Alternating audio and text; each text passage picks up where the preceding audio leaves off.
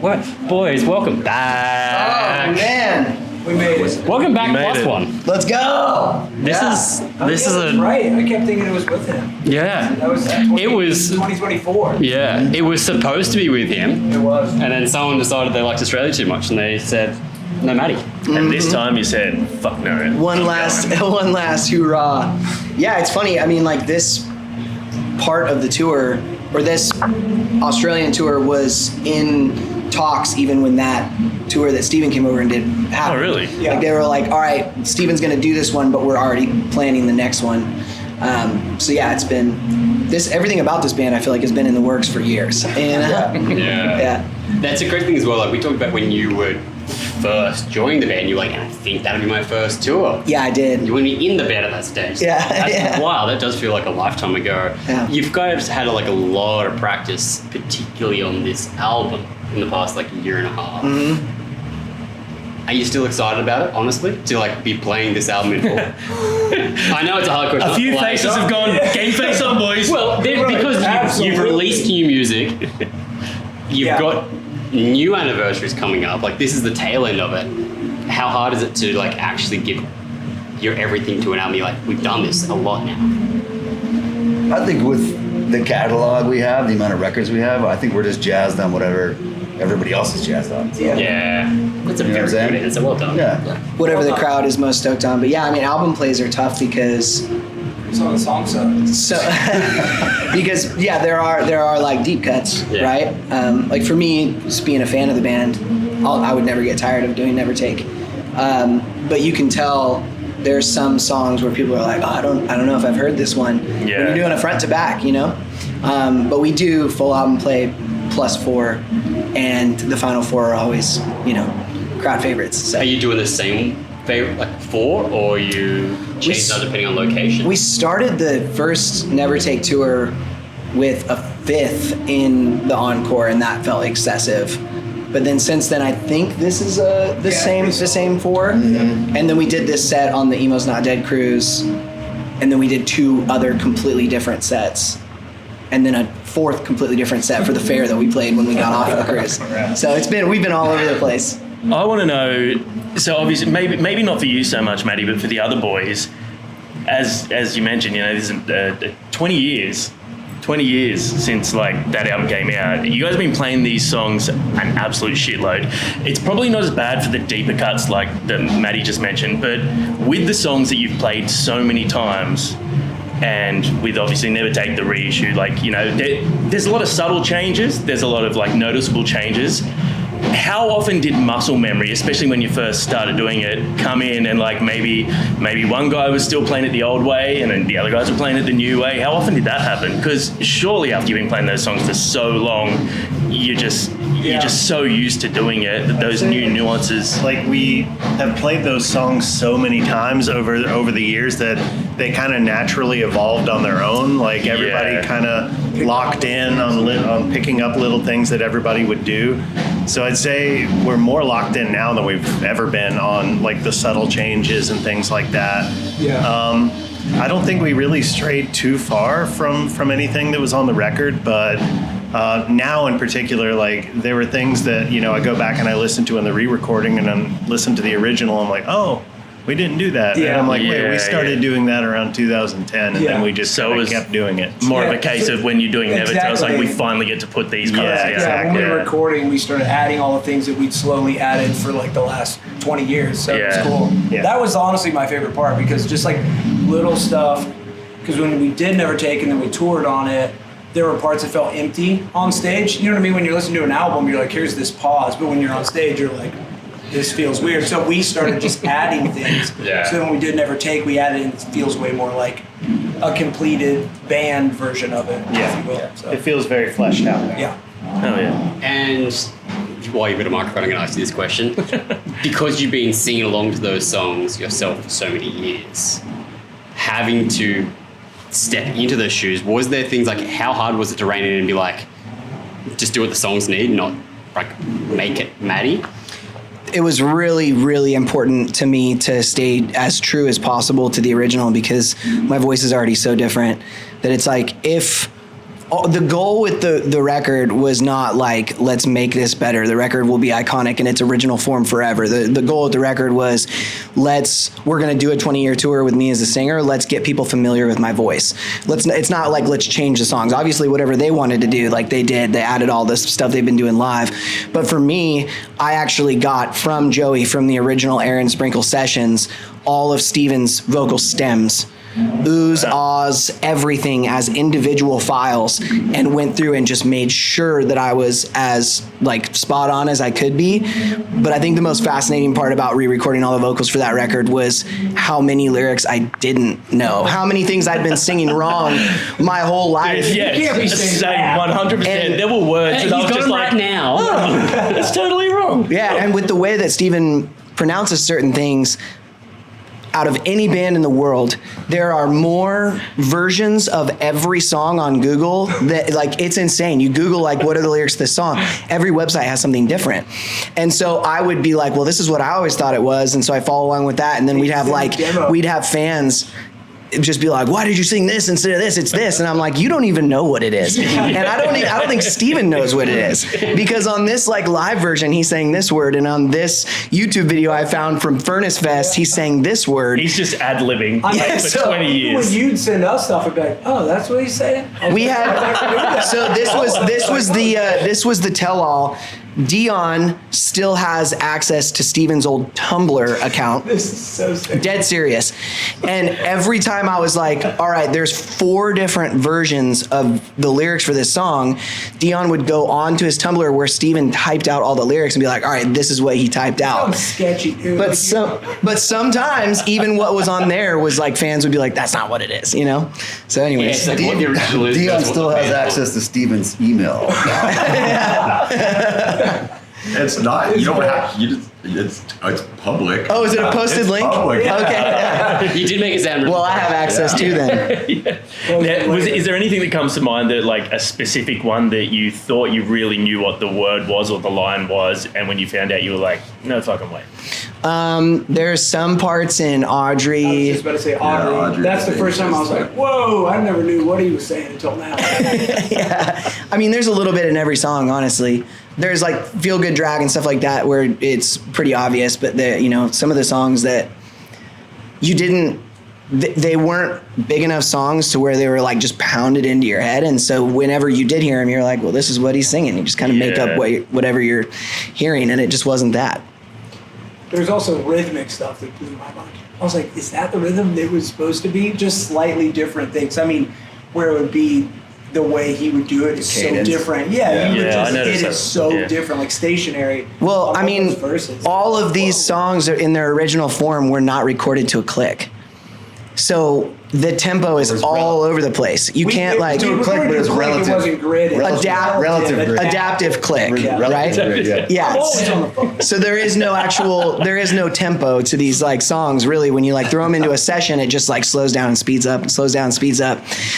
So Good. yeah, Hey, we're not arguing. It's called Yaz. It's high art. Oh, yeah. so once Being emotionally driven. Yeah. So once Why you're on once the the Emo new versions. Extravaganza Tour, emotionally driven. And when they were locked in and on the grid, then some vocal timing came into play where we're like, well, Steven was following this originally, but now we're on the grid now. So should I do this? And just trying to. Because that would have like a natural feel to it, like a natural flow. And to the everyday listener, you're not even going to pick up those tempo shifts. Yeah. But once it's all quantized and And it was the most nervous I've ever been recording anything ever. I just wanted it to be right, like for anybody who cared to listen. And so, yeah, it was a ton of work. I would say it was double the amount of effort and work as any Memphis record I've ever done. it's also a lot more clean vocals and a lot more melody. Yeah, for sure. So you don't have that sort of. I mean, I always find that like screaming, even if you're a band that's like sort of 50% melodic, 50% screaming, it kind of gives you that like, it's like a cheat code to breaking things up. Yeah. Let's just scream this line. Yeah. You didn't get that this time. Not a whole lot. Yeah. And coming into new music like High Stakes, which I feel like I'll just yell really loudly. It's fine. Okay. High Stakes is like, it feels like such an ANBERLIN song. Was that something that you guys, like from a musical standpoint, had written and you're like, this is just a great one? Or was that all writing together? That was an old demo. Yeah. sounds like an ANBERLIN song, but like you also sound very like not you on that song. Oh. I don't mean that in a bad way Yeah. or a good way. It fits the song. You sound like like vocally it fits the song to sound like a very ANBERLIN song. Yeah. So that's interesting to hear. Yeah, I'm like, with this band, I write from the perspective of an ANBERLIN fan because that's who I am, right? And so as a fan of this band, and as I'm writing from the perspective of, if ANBERLIN was writing new music right now, this is what I would want to hear. Yeah. Right. Personally, and so that's what High Stakes is, and we're almost done with an entire new record right now too. Oh, that's so exciting. it's the same thing through that, but it's definitely more eclectic, all over the place, instrumentally and vocally. It's not like 10 High Stakes. You know, it's a wild collection of songs, truly. Like, so much flavor. Every song has its own personality, it seems. So What's it been like for you guys, you know, obviously being with, you know, another vocalist for so long and knowing him so well, and even, you know, towards the end of him having to sort of step back and you know, the way that he sees touring a little bit differently, and now what's it like having Matty, who has, you know, being a fan, he's just got this excitement about doing so much with ANBERLIN. Has that changed? Has it changed your perspective with both new music and touring? I'd say it's revitalizing for sure, especially with live shows. With the recording process, it's interesting because when you have, you know, the same group of guys for that long, you naturally have to progress, right? Like you have to go in different directions, trying different things, and we were kind of on this trajectory of going a lot darker, a lot heavier.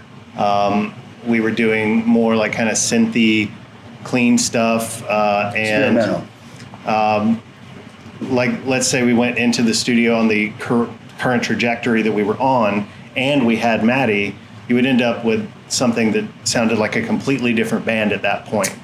So this has allowed us to kind of go back to a more like kind of classic sound for us, and kind of like marry those two things. Like someone who like grew up listening to those records and these songs kind of like feeling like they're from that era. Kind of reminding you how special that was. It really kind of pulls it all back together where it's easily recognizable as us. And it's been, I think the overall feel of it all has been really fun and really positive, and I think we're probably having the most fun we've had in a long time because we have like, you know, like just a completely different, like we thought, you know, that this might be done, you know, and not only do we keep getting to do it, but we keep getting to make new music that we're really excited about as well. It's an important thing this far on in your career, you know, like to get that energy back, because it's transparent as well. Like I feel like fans, when they've followed a band for so long, it's like you get to know them really well from a distance, and you start to tell when a band's starting to sort of phone it in. Not saying that I ever got that from you guys at all, but like he's not saying it, but he's thinking. maybe on the next one without Matty, fans might have been able to see that. Yeah, I mean, you're right. You never know. I mean, I don't think we'd be making this record. Without Matty, we wouldn't be having this interview right now. Yeah, we wouldn't be here. 100%. Okay. I mean, yeah, we wouldn't even be here. So it is. Don't get a big head. It's honestly just a lot of pressure. I love you. Yeah. He just wants to stand up and go, I'm fucking the best. Let's go. But it might be such a nice thing, but having a band that you genuinely love as a fan, stepping in, it's like they're big shoes to fill, but to then have it reiterated, being like, this is the right choice, this is a positive thing for everyone involved. That's fucking sick. It's really cool. And I have feelings just like anybody. So sometimes like the negative stuff will get to me a little bit, but for the most part, I see the negative comments from my own perspective of like, well, if ANBERLIN got a new singer and it wasn't me, I would probably be on the other side, be like, it's not ANBERLIN. You know what I mean? It's like the human being in all of us is emotionally attached to the original form of whatever it is that we loved. Yeah. And so you can't blame people for doing that, but it's really cool to see how many ANBERLIN fans are not just Steven fans, they're actual fans of the craft and of the band because they come out to these shows. Like last night in Newcastle, I felt like I looked out in the crowd and saw these voices singing back at me, and I felt like I've been in the band forever. Yeah. And it's like, it's such a special feeling. But yeah, dude, it's crazy. My wife and I will be like sitting in the living room watching TV, and like this happens pretty often. She'll just like pause it and they'll be like, "You're the singer for ANBERLIN." And I'm like, yeah, it's crazy, dude.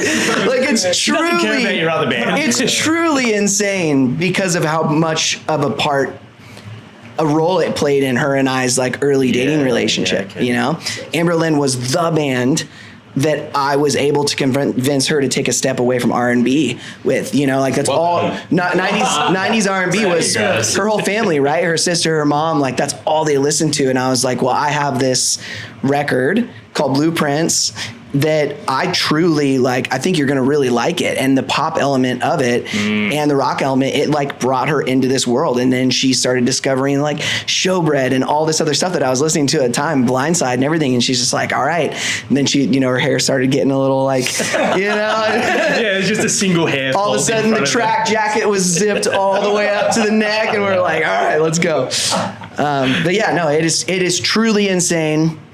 And for whatever reason, Dion's face, I'll stop talking about after this, but whenever Dion's face. Dion's face, you know what? I'll leave it there. Dion's face more than anything, when I'm in the bus or whatever and I see him or I look over and I see him on stage, that's the most kind of like, I'm like outside of my body. Like I'm like, This is beautiful. I'm like, wait, I'm actually, you know, like on this stage or in this bus or like having this conversation. For some reason, Dion's face really like signifies ANBERLIN to me.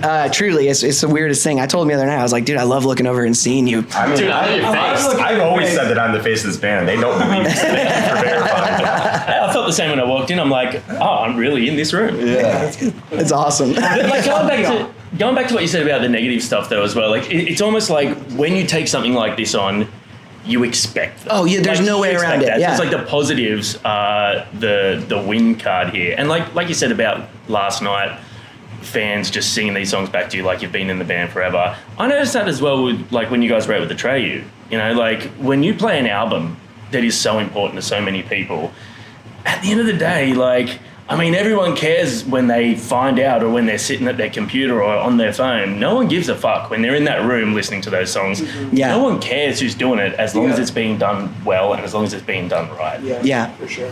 Yeah. So you and- guys could all be replaced. Let's go. I hope so. I mean, you know, like I hope that the songs do have their own life, you know, like of any album. And I have a different perspective now after this whole thing where, like, if any band that I've ever loved changed to singers, I would have a huge heart for it. I would just be like, oh yeah, I'm going to be there. I'm going to support you. I'll be at every show. Yeah. Because I know As how... long as you're singing. I know how challenging it can be, but yeah, like you were saying, the positive comments are honestly just really impressive about the fan base. It makes them look so rad. You're just like, man, how cool is it that they really want to just come out and enjoy those songs, not just band members, you know? Because there's a bit of each part of that, you know, in every scenario. So yeah. I want to ask a question for each of you individually from the back catalogue. Because you said like there is so much to choose from. I want to know if you were to write your own set list, you each put one song you'd want to play, what would you be adding to the set list? Regardless of what the fans want, just individually what you want. Of all of our, like, of the whole. Entire discography, It's a very broad question. B-sides and all. That's taking into account like the staples that we're gonna. City Electric for sure. Yeah, like, I think Stable's always going to be there. But if you want to be like, cool, we're all picking one song here to add in. A whole set of City Electric. Okay. Yeah. I mean, if it's a stable, if you're like, yeah, I just never get sick of playing Daylight Friend, great. Okay. Sorry, I'm laughing at Christian. They're our least favorite song ever. How about we pick the songs we wouldn't? Is that your I least want to be favorite a song? quick answer. I mean, it's up there. Can I I hate start? them all, to be honest. Yeah. I want to start. So, That's too long. we had like an actual group chat altercation about Ready Fuels. I think that there's not a single time where the band shouldn't be playing Ready Fuels. Because in my opinion, it's the first massive ANBERLIN song. And Christian was like, the stream numbers aren't there. And I'm like, what? In my opinion, everybody knows that song. So that's the one. But also... The stream numbers aren't there because it's pre-streaming? Yes. That's got to be it, right? No, I mean, also... That would be most of our records. A lot of people don't. That's a good point. I mean, that is a thing. A lot of people just skip it. I mean, if you go to a band and you look and you see 2000, what did that count? 3? 2 or 3. 2003. Yeah, 3. I May feel like you're 2003. like, it's too old. Like, I feel like a lot of people don't want to go back that far. I kind of do that. I disagree because the riffs on that album still. Yeah, Oh, I love right, that. 100%. So good. But Oh you're my old God. as fuck, and you think that's relevant.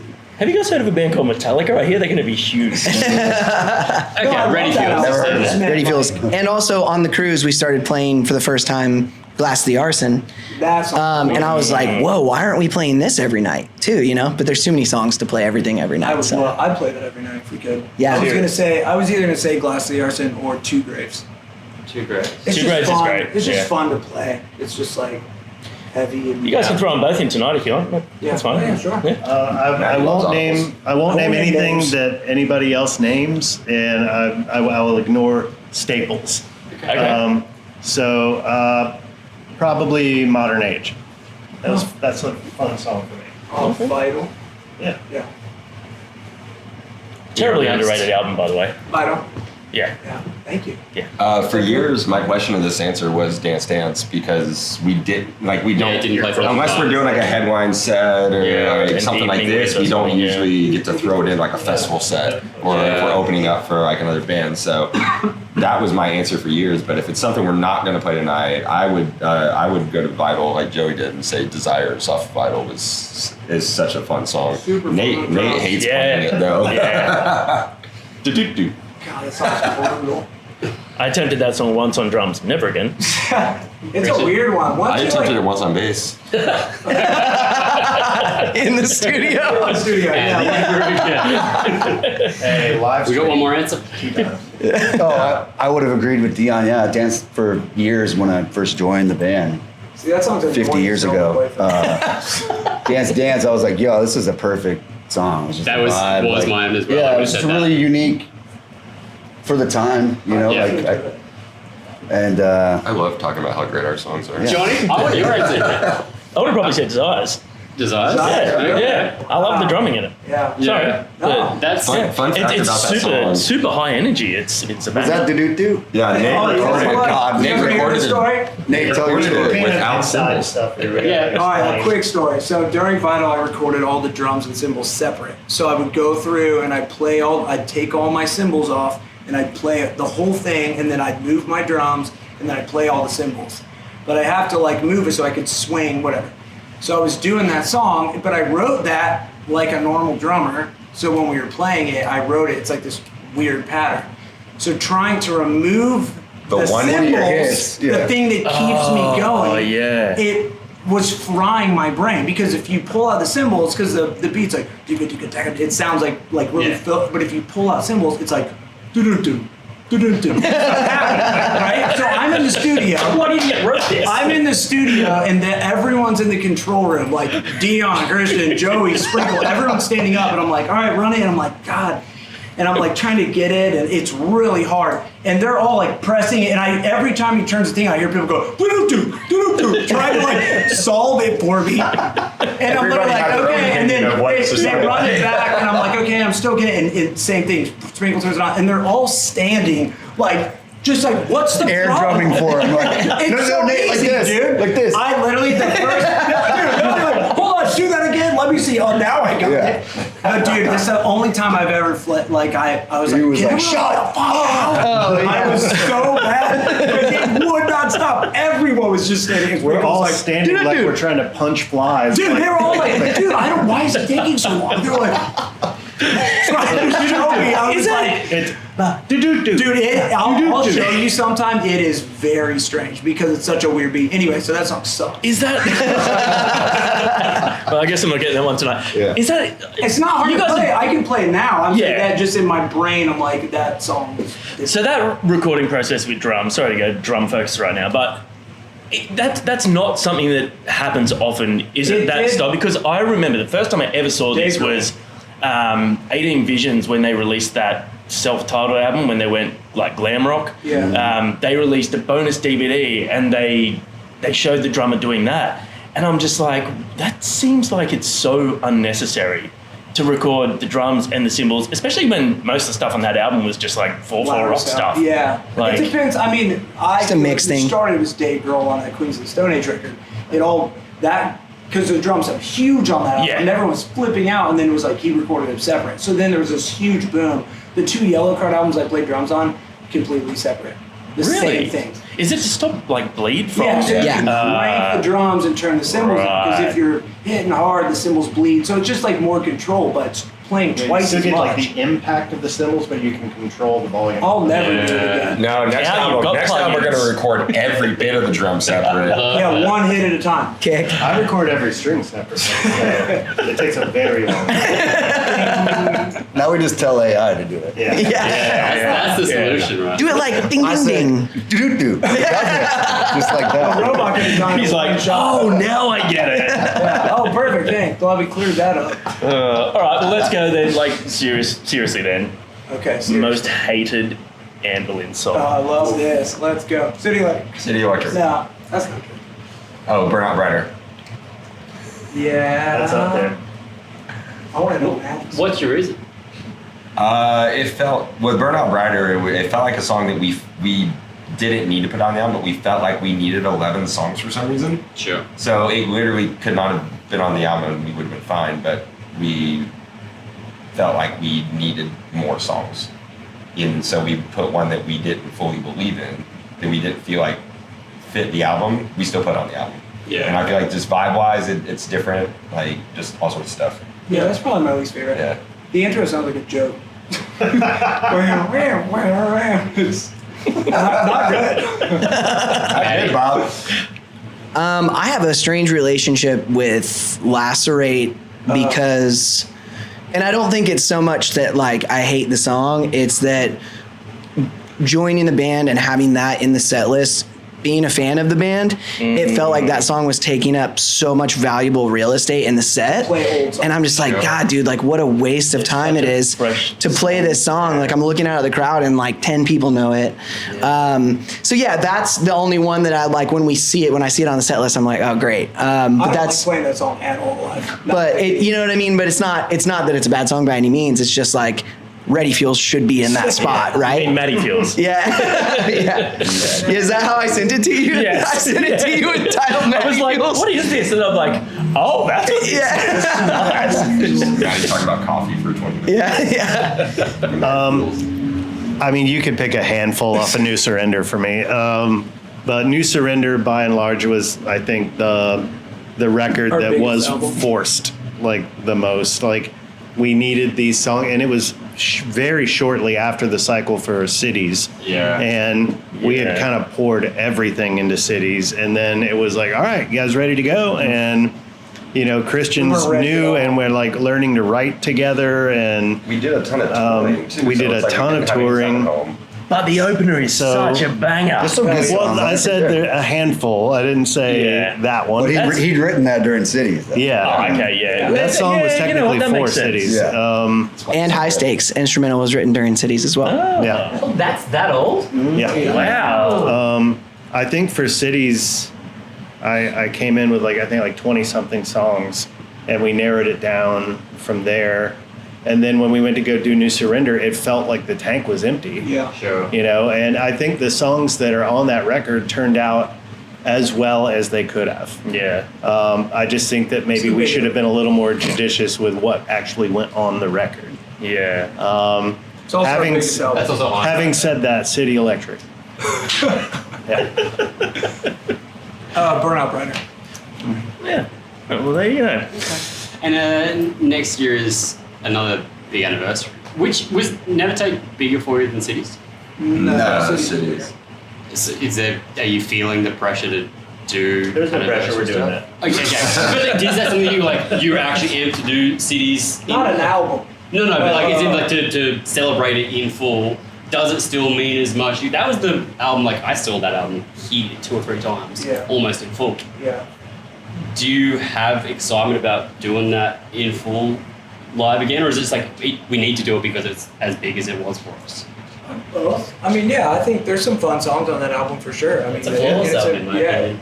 It's a flawless album, front to back. Yeah, the crowd response when we play Friendship and Cities, like in particular those 2 albums, it really is so just energizing. Yeah. Because of how stoked people are to hear those albums, because they were very pivotal albums for us in our career. So that makes them incredibly fun to play. Cool. Yeah. Now, is there pressure or desire from you to potentially re-release these with your vocals? Cities. Yeah. Or is there going to be maybe a pick and choose, like from the albums after that? Yeah. Maybe. Yeah, I don't know. I mean, like I said, we weren't. The goal was not to like prove anything. It was more so with Never Take. It was like, let's get people familiar with my voice, you know, and what these songs are going to be like. So it felt like there was a need for Never Take in that, and then that tour crushed, right? So it was like, thank God, like this whole thing worked. But now with Cities, like, I don't think that there's something there that needs to, I don't think we still need to familiarize people as much. I think right now, especially right now and coming up on the anniversary of Cities, we're all in new album mode. It's consuming every ounce of my day. Like, I'm working on vocals in hotel rooms, on flights, on drives. Like, we're just like constantly in that zone right now. So not to say that it won't happen. Like, it definitely could be something that, like, you know, tour wise or whatever, but I can't see us recording the whole record. It's a lot of time and money. It is. And we Never Take was about twice as hard and twice as long as we thought it would be. We were like, this will be easy. We'll just go in. And then it just was like, oh, really? That's way more in surprising. depth than that. Yeah, so Cities I can't would imagine be the amount of work brutal to in. like unpack. We just were like missing stuff when we recorded guitars, and we're like, why is this? And trying to find all the sense. And then he had so much work to do on the vocals, so it was like, it was fun, but it was not like, we were like, let's just go, do it quickly, and we know it all, and we can play it, front to back so easily, but it just was like way tougher. Mixing it, just making it right, just. I think at the very least you can expect, some more songs, maybe even some not as popular songs from Cities to surface in set lists. Maddie's deep cuts. Yeah. City Electric. Yeah, Maddie Electric, let's go. So, what's favorite song currently to perform? What's going off? So you guys have played a few shows in Australia. What's been the one that's just hitting the hardest every night? Dude, High Stakes. Weirdly, crazy. That song fucking slaps. It's so sick. Like, it is like the craziest So much fun. I mean, pat on the back I get it, for being me. part of like a 20th anniversary show. that's what's great. It's surprising. wild, yeah. I mean, Feel Good Drag, of course. Of course. But High Stakes. Because I think people are expecting, obviously they know the songs we're going to play from the record. They don't know we're playing High Stakes, right? Yeah. So when we play, they're like, oh, hell yeah. Yeah, it goes off. Dude, it's so cool. It's super fun to play still. Like, that's one of my favorite songs to play live. You'll see it tonight. There's like a whole nother section of the crowd that kind of like opens up during that song. It's weird. And now Johnny's you coming set out of them up, Usher this is time. going to be the one night that everybody. Yeah, everybody just leaves tonight during High Stakes. I hate this. They lied to us straight away. Yeah. Well, I'm so pumped for new music. I think, like, as Johnny said before, you can feel the energy shift in, like, the fans of holy fuck, it's like a new exciting era for ANBERLIN. I don't think it's just you. I think you added something, but like, as a band, Jen, you can feel it's like. Oh, it is 100%. Like, no, it is not. It's not me. It's the thing that these guys have always had for 25 years that they are now continuing to do with me here, and also, like, I think that they do like my excitement. Because who wouldn't like be excited about having somebody that's excited, to be doing this or whatever. But I mean, all that I'm doing here is just making sure that ANBERLIN lives on, right? The rest is these dudes. I think it's a testament to the music, though. Like, it really is, not Blind Smoke. But I mean, I was saying to Amy on the way down here, like, ANBERLIN were one of those bands that somehow you were a rock band, but you somehow found yourself being, especially in Australia, from experience, adored by the emo and punk kids, but also respected and loved by all the hardcore and metal kids. So cool. And it was such a weird thing. And when I found ANBERLIN, I was at a point where it was all early 2000s metalcore, man. Like, if it didn't have like Swedish metal riffs and breakdowns, I didn't want to fucking know about it. Yeah. Some nerdy dude at TAFE doing music tech production goes, oh, you might like this, plays me Blueprints, plays me Ready Fuels, first song I ever heard. I was like, these riffs are fucking sick. Yes. And then, like, literally, like, 2 months later, I think Never Take Friendship came out. And then I think it was only like a month or two after that, ANBERLIN played here at the Gaelic Club in Sydney, in Surrey Hills, I think it was. Yeah. And I was like, oh yeah, I'm in love with this band. This band fucking That's sick. awesome. So cool. Yeah, that was a fun era. Just that excitement of coming here, like, oh, people care. Like, we were playing. Dude, that shows show we went never off. played in that the was- States at that point. Like, just packed, sweaty, kids singing everything. It was such a cool. Are you feeling I'll that, remember it forever. that energy now? Because I feel like this genre of music, and I'm like generalizing there, is having such a moment in the sun again. Shows are like packing out, and the energy seems like that. Does it feel like a revival of that era? Yeah. Yeah. Last night was such a fun. It's cool. Yeah, I mean, people's bodies don't work as well as they did in 2012, so you don't see like as much chaos. But yeah, I mean, it doesn't even feel like. Do you guys know Guns? He does a lot of press in America, Gun Show or whatever. He had this whole bit about like, stop calling it a resurgence. Like, it's not a wave. It is a real movement. It's a thing that's actually happening, not like not like just a sliver in time, but this is actually all like really here now. And I didn't know if I bought into it. I was like, we'll see, you know. But it's so there, you know, like all these people, they never stopped loving it. They just had, life happened. And then now people are, you know, all those people that were paying $10 to come out for a show, now they have jobs and can pay $30 to come out for a show or whatever. You know what I mean? It's like, And they brought their kids. Yeah. That's cool. It is wild, man. Like, we had the generational thing is so crazy. There was this real young girl, I don't know, maybe like 7 or 8 years old or whatever, that wrote a hand wrote a letter and posted on Instagram, like, please play this song tonight at the fair. It like wasn't in the set list. We were like, yeah, of course, you know, and you like put a song in there and you see somebody that young like enjoying this band, and it's just like, man, that feels like legacy. That truly feels. Was it Audrey? Yeah. Yeah, it was Audrey. Really? Hell yeah. Crazy, right? Yeah. And That's the sort of thing that sticks with someone forever. That's the sort of thing that, like, you know, guys like all of us and all these people, you have those memories, and that's why we take it forward, and that's why we're still here, and that's the sort of things like that that's why I try to bring my kids to as many shows as possible, because I'm like, you have those moments, and that's why you'll always want to be a part of this community. Yeah. For sure. It's pretty special. I would take my daughters to my shows, but they don't like the music that I like. So. They're like, this is not Taylor Swift, Dad. Yeah, put on a bigger show. Yeah. Why is your band so small, Dad? Gross. Your stage doesn't spin at All all. those rocket ships on the walls. why isn't NoFX at the stadium? Well, boys, we're so pumped just like to see you continuing and also like seemingly growing from what we can see. It's so well deserved, and we've like been fans since day one, so we're gonna continue to support. We love it. Hell yeah. Thank you. Thanks, man. Thanks, So guys. cool. We're done.